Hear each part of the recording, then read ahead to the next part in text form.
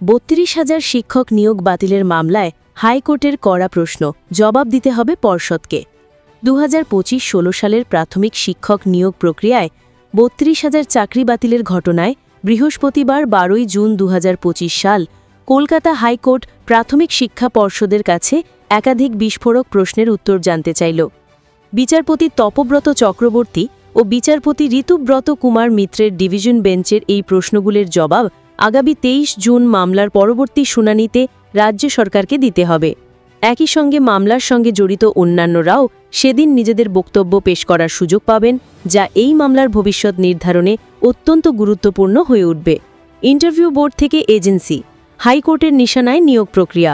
এদিনের শুনানিতে division bench নিয়োগে কোনো এজেন্সিকে নিযুক্ত করা হয়েছিল কিনা তা জানতে চান। একই সঙ্গে ইন্টারভিউ বোর্ড ছাড়া সিলেকশন কমিটির ভূমিকা কী ছিল সে বিষয়েও তারা প্রশ্ন তোলেন। বেঞ্চের এই গুরুত্বপূর্ণ প্রশ্নগুলির উত্তর দেওয়ার জন্য রাজ্যের অ্যাডভোকেট জেনারেল কিশোর দত্ত আদালতের কাছে সময় চেয়ে নেন। আদালত প্যানেল প্রকাশ করা হয়েছিল কিনা সেই বিষয়েও জানতে চায়।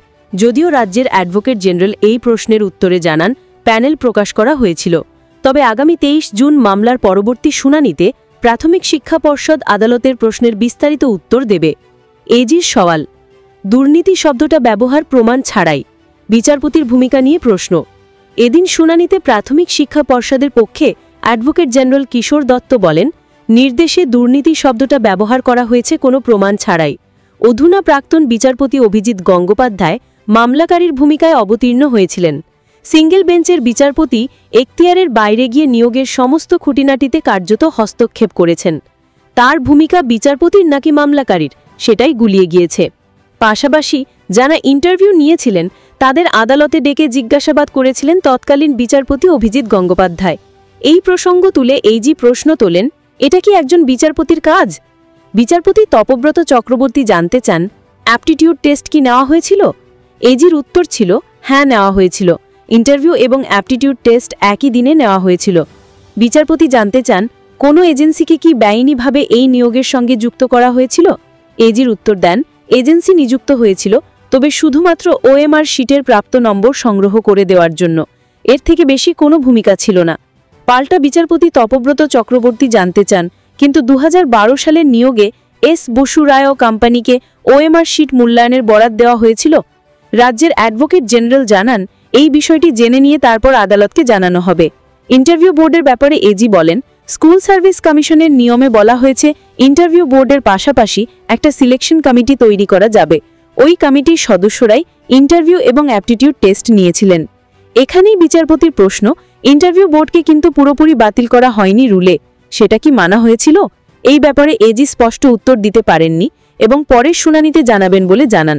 তাড়াহুড়োর অভিযোগ, মামলার গতি নিয়ে প্রশ্ন তুললেন এজি। উল্লেখ্য, আদালত এদিন 2016 সালের নিয়োগে প্যানেল প্রকাশ করা হয়েছিল কিনা জানতে চায়। এজি জানান, হ্যাঁ প্যানেল প্রকাশ করা হয়েছিল। এই প্রশ্নে আবারও তৎকালীন বিচারপতি অভিজিৎ গঙ্গোপাধ্যায়ের উল্লেখ করে তিনি বলেন, সিঙ্গেল বেঞ্চের বিচারপতি মামলার শুনানিতে অত্যন্ত তাড়াহুড়ো করেছিলেন।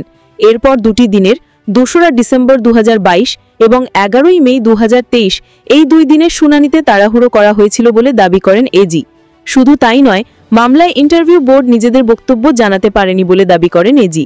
এছাড়াও প্রত্যেক জেলা থেকে 2 জন করে প্রার্থীকে ডেকে বিচারপতি অভিজিৎ গঙ্গোপাধ্যায় তাদের থেকে পরীক্ষার ব্যাপারে জানতে চেয়েছিলেন। কিসের ভিত্তিতে তিনি এই কাজ করেছেন তা নিয়েও প্রশ্ন তোলা হয়েছে রাজ্যের তরফে। এই আইনি টানাপোড়েন এবং ডিভিশন বেঞ্চের তীক্ষ্ণ প্রশ্নগুলি এখন শিক্ষক নিয়োগ মামলার এক নতুন দিগন্ত খুলে দিয়েছে। আগামী 23 জুন পর্ষদ কি জবাব দেয় তার উপরই নির্ভর করছে হাজার হাজার শিক্ষকের ভবিষ্যৎ এবং এই জটিল মামলার নিষ্পত্তি।